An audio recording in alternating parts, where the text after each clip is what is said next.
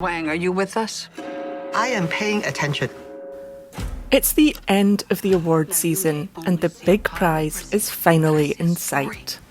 Among the best of 2022's offerings, there is one undeniable favourite: Everything, Everywhere, All at Once. Not look good.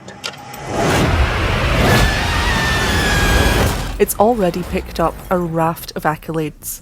The film tells the story of a middle-aged Chinese immigrant who is swept up into an insane adventure in which she alone can save existence. Played by Michelle Yeoh, who is nominated for Best Actress, Evelyn Wang must explore other universes and connect with the lives she could have led. Underneath the layers, it's a tale of family reconnecting and accepting each other. Get a haircut, buttercup! In that moment, I watched that skinny boy transform into a superhero. The biopic Elvis looks at the singer and actor's rise and fall. Directed by Baz Luhrmann, the movie stars Austin Butler as the king of rock and roll. Both are up for individual awards. The musical was the most successful original film of last year, making over $150 million at the box office. I wish to promote you, Mr. Presley. Are you ready to fly? The cast worked closely with Elvis's family to ensure everything about him was as true to life as possible. Here we go. In 3, 2, 1. Top Gun Maverick hit screens 36 years after the original, but kept the same leading man, Tom Cruise. The sequel was an immediate audience hit, with cinemagoers in the US applauding scenes. The movie looks great, demonstrating the difference between a green screen and putting cast and crew in actual fighter jets. It's nostalgic, tear-jerking, and roars along at G-force. Not to forget the obligatory cruise on a motorbike. It was all waiting to happen before it happened. In stark contrast is drama Women Talking.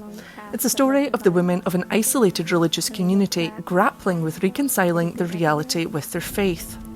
With a cast led by Claire Foy, we see a community of women come together to figure out how they might build a better world.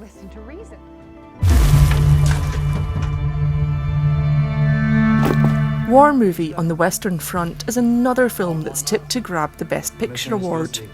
It draws from a 95-year-old novel to deliver the first German perspective with a devastating look at gullible soldiers and the nationalist propaganda that tricked them into dying in the trenches.